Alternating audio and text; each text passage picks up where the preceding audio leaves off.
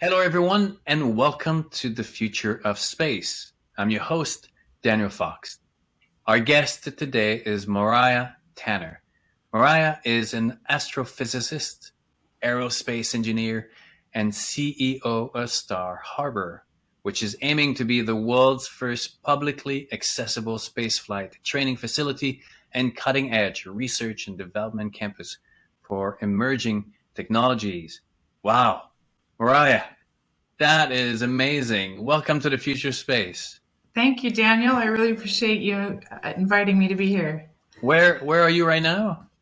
I am just west of Denver in Evergreen, Colorado. Now, I know that this is going to come later, but we are May 20th. We're doing this recording, and I think that there's snow outside. Am I correct?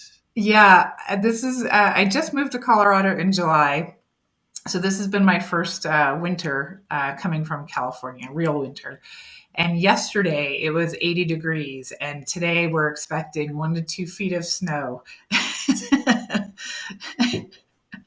It's an adventure living here for sure. It's a little bit of a different environment. Are you happy to be there, though? I am. I'm really enjoying Colorado. It having grown up in California, really almost all of my adult life. Well, actually, all of my life. Um, it's a new experience living in a different state, but it's been extraordinary. Nice. All right, before we get into what you're working right now, Star Harbor, and the people that are behind that, involved, your board, I mean, it's amazing everything that you guys want to do. Could you share with us three words that for you capture the essence of space? Hmm. I think for me, space is humbling, and it's mind bending, and it's motivational. Motivational. I guess it's the incentive for a lot of people to go beyond, correct? Is that what you mean? Absolutely. I think for myself, and I would say for, the folks on my team and so many others in the industry, it's a motivator to be more, to do more, to see more than, we would if it weren't there. So Were you always interested in space? always. It's funny. I think most people grow up and when they're little, they want to be a doctor, a lawyer, an astronaut. Um, I can never remember not wanting to go to space. Even from the first time that you were able to go from walking on your floor to looking up. I mean, you got up literally so just that you could look up to the star, correct? Yeah, I mean, I can remember my first interest in space was probably around the time I was 5, and it's some of my earliest memories.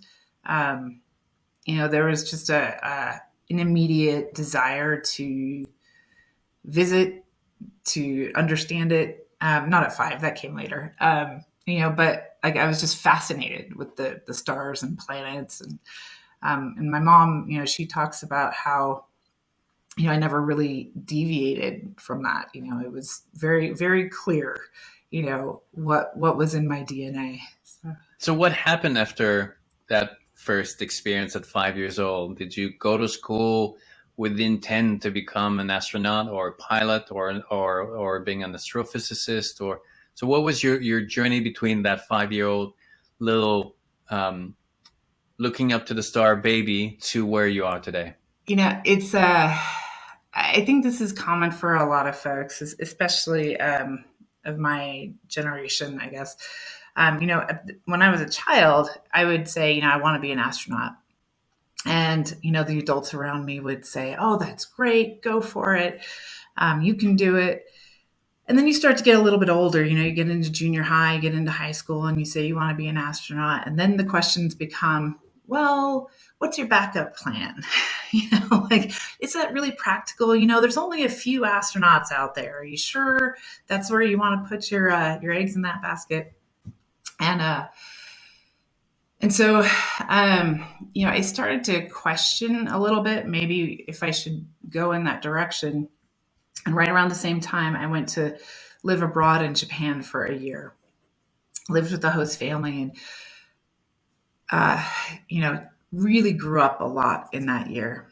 And while I was there, you know, I feel like I got a more global perspective of the world, and decided that, you know, my mission in life was going to be to save the planet. And you know, as a 16-year-old, you know, does. And you know, I came back and I went to school at Berkeley, and went in as a political economy of industrial societies major, and figured I was going to save the world through politics. And I just never really connected. I mean, I did fine in my subject and my classes, but I just never really connected with it. And when I was about a semester away from graduation, my mom, I called up my mom, and I said, "Mom, I'm struggling. I don't know how I'm going to get through this semester." And she was like, "Maraia, best advice I've ever gotten in my life. What are you doing?" You know, she was like, "Space is your thing. I don't know why you're wasting your time with this anyway." You know? So, and at the time, I don't know if it's still this way, but at the time, you had to finish your degree in 120 units. And so I opened up the Berkeley catalog, and I'm flipping through all the majors. And the only science major that fit within the 120 units, because of all the classes that I had, was physics. And so I declared myself a physics major. I had never taken physics before, didn't know anything about it, you know, but it was a core science. And so I said, okay, that's what I'm going to do.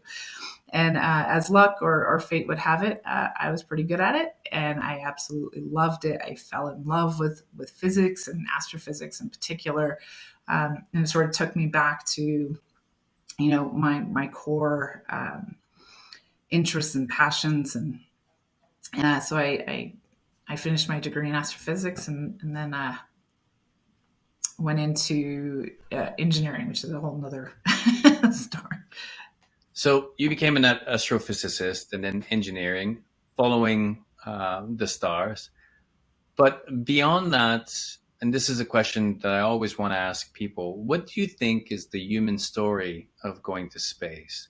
You're talking about saving the planet, but there's a lot of people that feel also divided with this. You know, it's either we go to space or we stay on Earth, or I personally believe that it's actually for the benefit of everyone.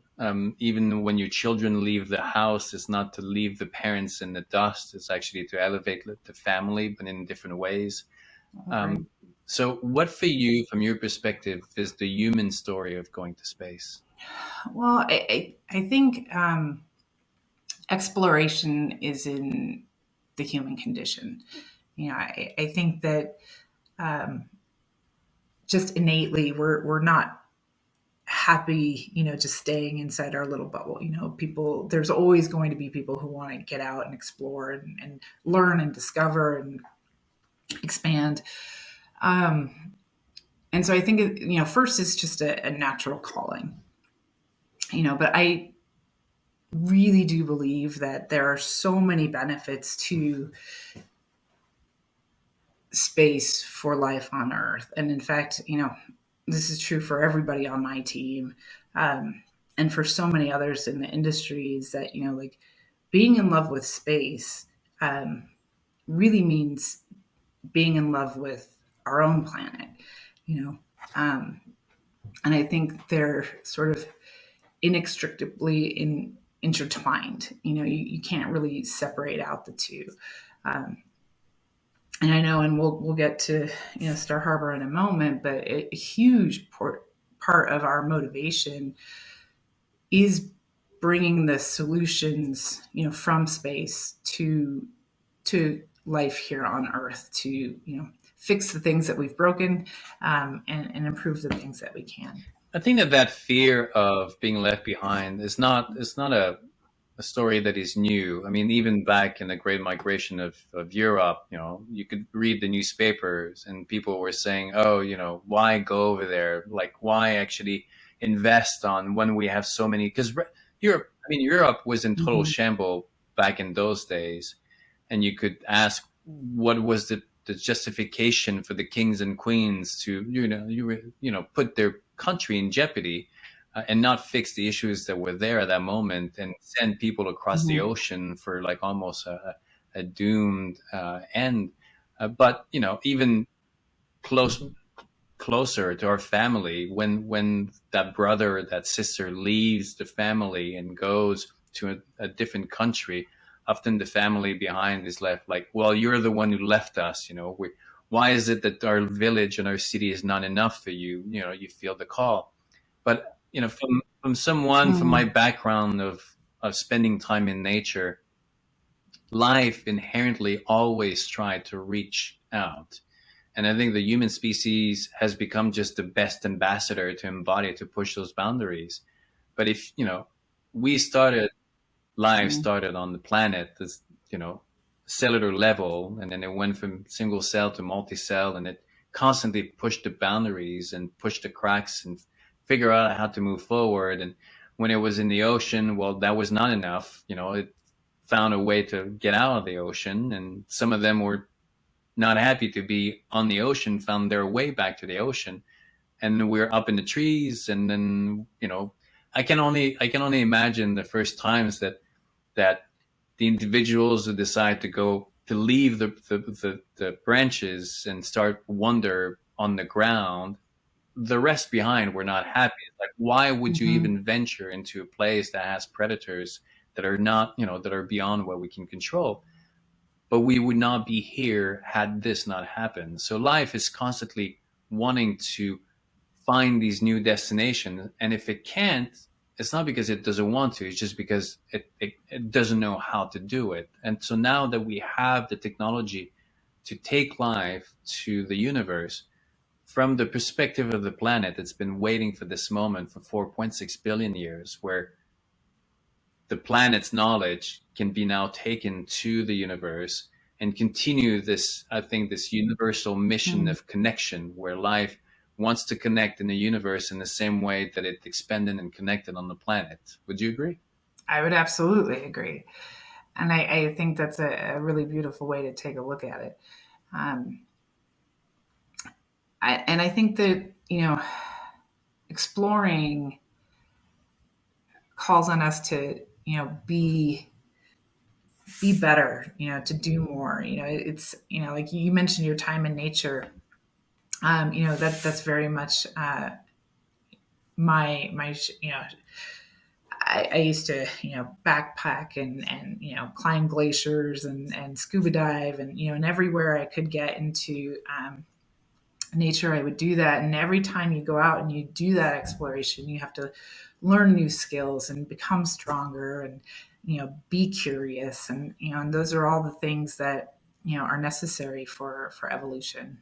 And these new destinations always offer this opportunity to start fresh, to clean the slate with acquired wisdom and try not to repeat some of the mistakes. Not to blame the past, because I think the past Mm. tried to do its best.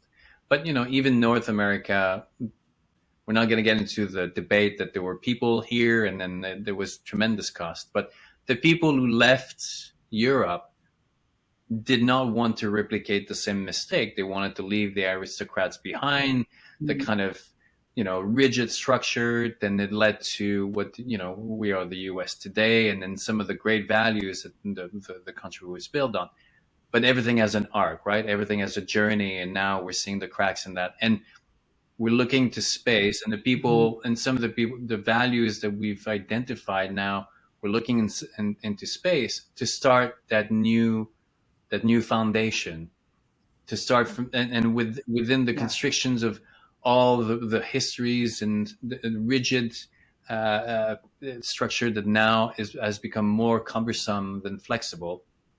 And this new destination is offering this opportunity. I guess that's one of the reasons why you're starting Star Harbor, correct? absolutely. I think that there's a sort of an idealism that a lot of folks in the space arena uh, bring to bear in our relationships and in our businesses. And we sort of joke that we're trying to bring in business 2.0 or maybe even 3.0, where we're really people centered. Like I feel very strongly that, when you take care of your people, they'll take care of your customers. So, like customers first. I mean, yes, maybe, I feel like if, I do my job and I take care of my team, they're going to take care of our customers, and so, and, having integrity in everything we do. It's not about eking out every cent or every dollar that we can from every transaction. It's doing things the right way with integrity, and really focused on how do we want the future to be, and then how do we bring that backward to today and behave in that way going forward. There's been a lot of criticism. You were talking about, the folks being left behind, saying, why are we spending these resources? Why are we taking this energy to go to new places when we've got, problems here at home? And I think that same argument is getting played out today in the space arena, right? Why are we spending money on rockets and spaceships when, we've got, hungry and we've got all the social issues that we're dealing with or not dealing with. And to that, I think there's a couple things that can be said. One, and I this is not my saying, and I don't believe it was Charlie Bolden's either, but it was the first time I had ever heard it. Was he'd said, there's never been a dollar spent in space. We don't spend money in space. All of that R&D and the manufacturing and the design and the engineering and whatever, that all happens at home. Those are jobs. The industry provides a tremendous resource, to the people who are enabling all of that development. So, and I thought that was a really interesting perspective, when looking at how money's getting spent. You take a look at the actual technologies and products that are being created. Like there's a couple partners that we're working with that are in the agri-tech space. They're looking at how are we going to grow food on the moon and Mars and on space stations, because we're not going to be shipping cows to Mars, right? So, how do we feed people?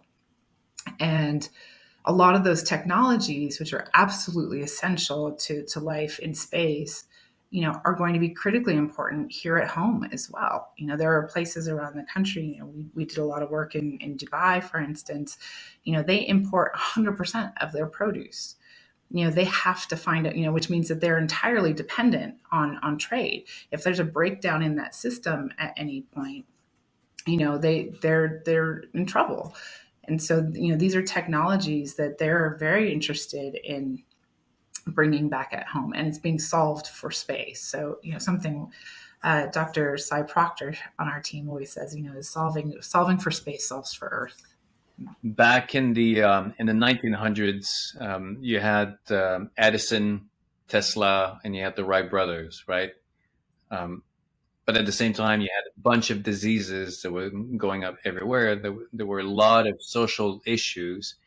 And at so many points, one could have said, like, how ridiculous it is to try to power the world, to try to take the sky, while we have, like, real issues down on the ground. We have people dying. And while they did not specifically target some of the issues that they had back then, the world that they created actually took care of a lot of those issues, of that reality. And that is, it's, if we were to live in a world where we ask of everyone to specifically just focus on some of the problems that we have today, well, then there would be no point for arts. There would not be any point and any reason to talk philosophy or to listen to music.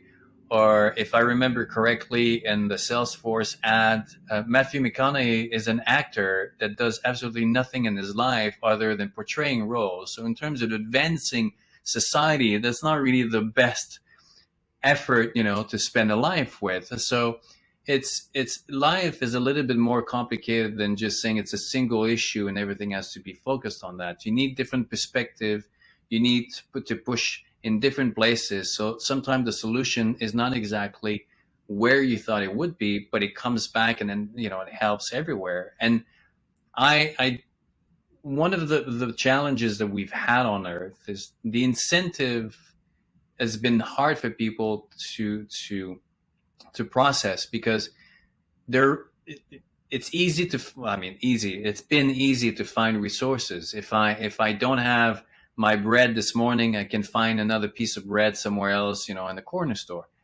When you go to space, you don't have a choice. The incentives are there's no place to waste. There's not You cannot just throw out your garbage. You have to figure out to recycle that atom of carbon over and over again.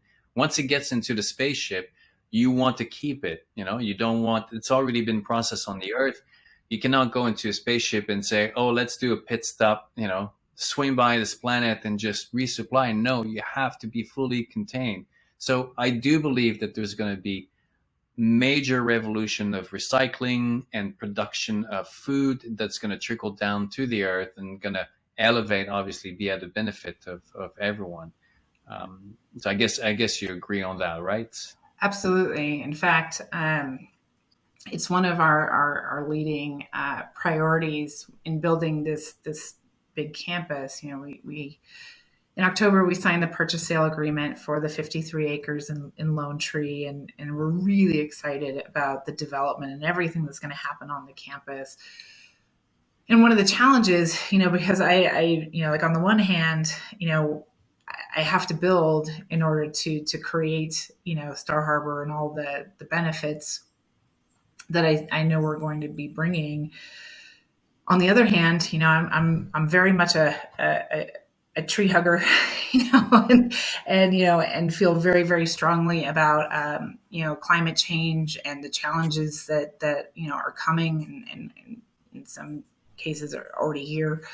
And so, one of our priorities is trying to build out this campus and the Academy in particular in a truly sustainable way. And it's actually very, very complicated because, some of the systems, there are some new technologies out there that are really exciting and could, potentially take us off the grid and allow us to be more self-contained and sort of take that space station concept as far as we can in the development. But, you're limited to some extent by what the municipalities will allow,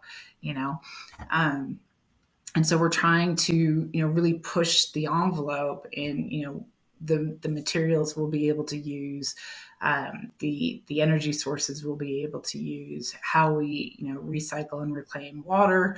But this is not, it's not your typical development. Developers don't usually ask for these things. They're levied on them, as opposed to, trying to push, the energy companies and the water companies and the cities and whatnot to do more.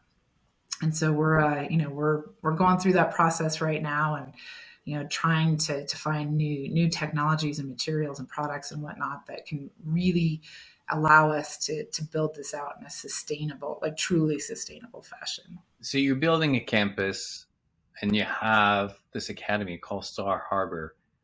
Tell us more about what do you intend to do at that campus? What is the overall mission? I'm thinking of Star Academy. I have in my head the movie with Harrison Ford, preparing for the invasion of aliens, but that's what you're going to be doing. So tell us what is the vision and what can we anticipate as the time goes by? Sure. So, it's more Starfleet Academy maybe than So I would say, there's three primary pillars for the Academy business itself, and there's more going on around the campus. But the Academy is, there's space flight training. There's four primary pieces of equipment. We'll have a Boeing 767 for parabolic flight. We'll have a high gravity centrifuge, a hypobaric chamber for high altitude, low pressure, low oxygen environments, then a very, very large pool for underwater spacewalk, habitat, dive training. And right now we've modeled out about 20% of our business revenues coming from actual spaceflight preparation. And then there's another 20% that, we're projecting will be for the leisure market, space enthusiasts, adventure seekers, folks that just want to come in and see if they've got the right stuff. And then the remaining is really for R&D. All of these pieces of equipment are also very expensive, hard to get access to space analog and testing environments that are generally unavailable for small companies, aerospace startups, most often university researchers. So it's creating a bottleneck in innovation. And so we're going to be making these environments available to these organizations and individuals in order to try and move their products and technologies forward faster. And in that way, we're really looking to make a huge positive impact in the direction we're going and how quickly we get there. Are you also going to focus on or have a program on making sure also that the spiritual aspect or that the students have a framework through which they can process the information that they're going to experience as they go up to space? Because I talk with a lot of people that have gone up, and some of the new astronauts they get the physical training, but they don't get the emotional and the spiritual training. And they go up there and it's so powerful and it's so bigger than themselves. And they find themselves weeks after that still trying to process it. And for me, one of the successes of William Shatner going up and coming down and being so in the moment is, here's someone who's been primed to express what he's going to experience. He's been in the industry, but it's also connected with the overview effect crowd, and he understand and he's a trained emotional person. That's what actors do. They have to take the emotion and they have to translate it in the moment. And so far, all the people that have been up to space, their training has been focused on the physicality of it. Can you do the engineering job? Can you make sure that physically you're going to be fine? But for the mind and for the experience, for the awareness, I think that now we're in the place that we need to recognize the importance of preparing. It's like, almost being a therapist. You go through trauma, you go through these ups and downs. And if you don't know how to frame those experiences, you can get trapped in those kind of negative cycles. Are you going to do that at the Academy? You bet. In fact, I would say, the overview effect and its potential impacts are really the motivation. It's why Star Harbor exists. And in fact, when, okay, I'll take one step back and say, there's been a lot of criticism that, the commercial space industry is just, boys with their toys. It's a bunch of rich people getting to go to space, and to some extent, that's true for any new technology. It was true for cars and computers and airplanes. In the beginning, it's always the affluent who get first access, right? However, we don't necessarily have an issue with that in the beginning, right? Because, not only is that the way technology goes, but we want the billionaires, the CEOs, the royal family members, the people who have the resources and the networks to actually make a difference, to get up there and to have this overview effect experience, because they are precisely the folks that can really make a difference when they get home. And so, getting this overview experience into the hands of as many people as possible is really what was the impetus to create Star Harbor. And then, back in the early days when we first started, we did a very large business case, and we were told that probably only about 10 to 20% maybe of the people who came through the academy would actually get to go to space. And so we were like, well, how are we going to achieve our mission of getting this experience to people if they're not going? So that was when we started working with a group out of Florida called AOA, just a phenomenal group of people. And they've been huge champions of Star Harbor from the very, very beginning. They built Universal Studios. I'm sorry, they didn't build Universal Studios. They built Harry Potter World for Universal Studios and Star Wars World for Disney. And, they're considered, leaders in the thematic entertainment space. And brought them in to help us build this out, build the academy out as though you were in a space station. So when you're looking out the windows, you're not going to be looking out onto the plains of Colorado. You're going to be looking out onto, Earth. And for special events, maybe we'll go park out in front of Mars or Tatooine. But the idea is, to put people in this immersive environment, and train them, like you said, mind, body, soul. And we had a lot of conversations with Frank White, the author of Overview Effect, early on, and he had shared that, going with an intention and actually being prepared for having the experience helps enable the experience. Expectations are a huge part of that equation. And so, all of our training is going to be having these, core principles and setting folks up for the most extraordinary experience that they could have, so that they can bring that home and make a difference. I mean, that's what really training is. I mean, even for the Army, for the Navy, for when you find yourself. I mean, I've been up in a parachute, free falling. There's a physicality that often is overwhelming, and you don't know what to do with it. The adrenaline rushes high, and then you kind of loses it. But it's once you start to do it more often, or that you have certain training, then that experience can be processed in a better way, where the the survival mode doesn't overpower the experience, because obviously not everyone can keep going back up and get deeper in that experience. You want to try to get as much as possible in that first trial. And I know that just there's a huge difference. I was talking to Jane about Space Perspective, where for them it's going to be 6 hours of gradual going up, and then you don't lose the gravity, and then 2 hours at 100,000 feet plus, where you get the curvature of the Earth and the blackness of space. So you have 6 hours of storytelling where you can tell them, how to process the information. When you grow up on a rocket, it's like the G-force and then the zero gravity. So your body by default goes to that, because that's physical. That is, it's happening. You need to force yourself to look out the window and to remember where you're going, what's happening.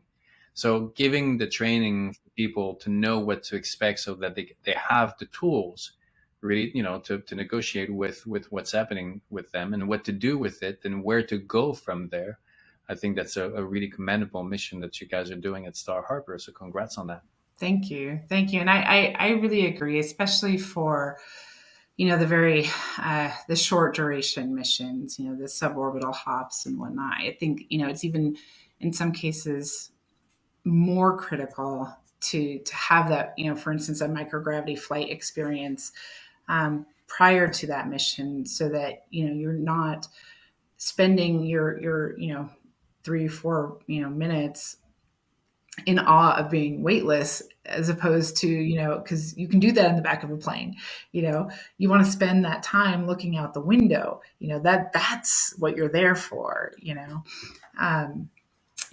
So I do think that the training is, and having some of these lead up experience to set expectations, and sort of get the the floaties, out of your system, so that you can really focus on the prize, which is the view, is really important.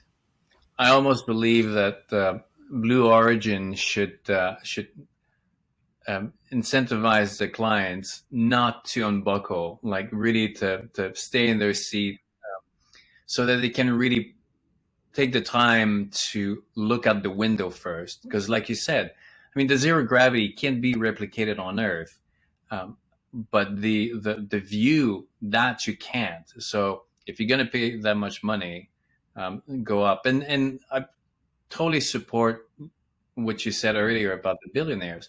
It's always been the cycle of innovation and technology, whether it's credit at the bank. I mean, for for a long time, no one could get a credit at the bank unless you were already rich and didn't need the credit. And then, at one point, it became more accessible.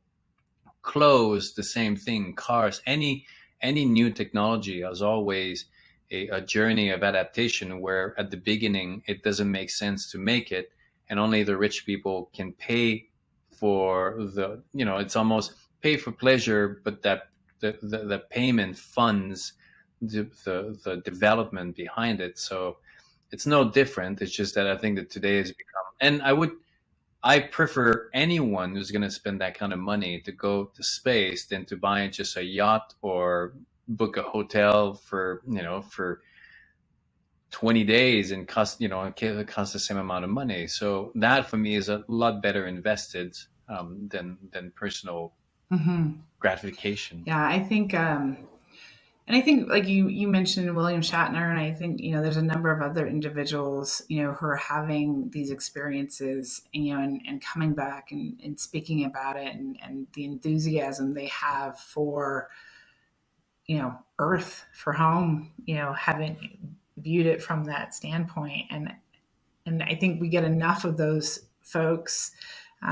We actually might be able to really have a powerful positive impact. Because I do think that we're facing some serious challenges going forward, both on the societal front, but on the climate front in particular, which is just going to exacerbate all the other issues that people are experiencing. And we've got to get the affluent to make a larger stance, I think, than is happening right now. Yeah, that's often, I mean, from me, from my days of solo wilderness expeditions, these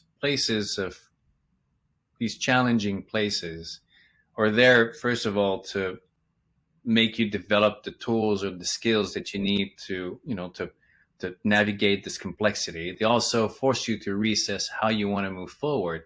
Is that a good decision to go this way or not? But also, they makes you appreciate what you have, what you have at home or in other places. I think that a lot of people that do enjoy nature, forget that they enjoy nature because they live in a city and then they can go and enjoy that place. Because living in nature is not for everyone. It's actually a really rough. I mean, nature is not there to satisfy your needs or just make sure that you're comfortable. Nature is a rough environment, and the reason why we live in cities is because it's tough to live out there. But to enjoy it, to be able to take the car, go back, and appreciate just the positive of it, that's how we're able to enjoy it. And I think it's going to be the same thing with the planet. And the sooner that we can get our resources off planet, the sooner that we can do a lot of things that is damaging for the Earth off planet. The planet is going to become more like, I don't want to say it's going to solve all the problems, but it will turn the Earth more into a garden, a city garden, where we can use it more to beautify for our own living rather than for the extraction of what we need. But from the perspective of Star Harbor, you're going to prepare basically the future in negotiating all the experience of the space for the benefit of the Earth, I assume, right? Absolutely. And also, the technologies that you're talking about, taking manufacturing off planet, asteroid mining, there's, all kinds of things that are being explored right now. And like you said, the more of that can be handled in space, where, all of that pollution and whatnot, can be tolerated in ways that it cannot be here at home, I think is going to be critical going forward. We can't keep doing what we've been doing and expect that we're not going to be paying the price at some point. So we got to get smarter. Yeah, and I mean, I think that it is the success of the human species that every time that we've pushed those limits and we found those ceilings, we've realized the consequences and we move, we go beyond. I think that the history is just this continuation of building over these things that we didn't think was an issue until they become an issue, right? And I think that's also how nature works. It doesn't really plan ahead saying, oh, like it just kind of throws a bunch of things on the wall to see what works and what doesn't work. And then if it doesn't, then it goes into a different direction. But, no one, even back in the days of the invention of plastic, no one thought the plastic would be an issue in the future. They actually thought it would save the planet. But then I guess the scale of it and some of the unintended consequences, I'm always reminded of it. The city of Chicago, where the city started as a village, and then they didn't think of building a sewage, because why build a sewage for a small place? But the city grew so fast that it became a problem. It became a problem, and they ignored the problem for a long time because now the investment is too much.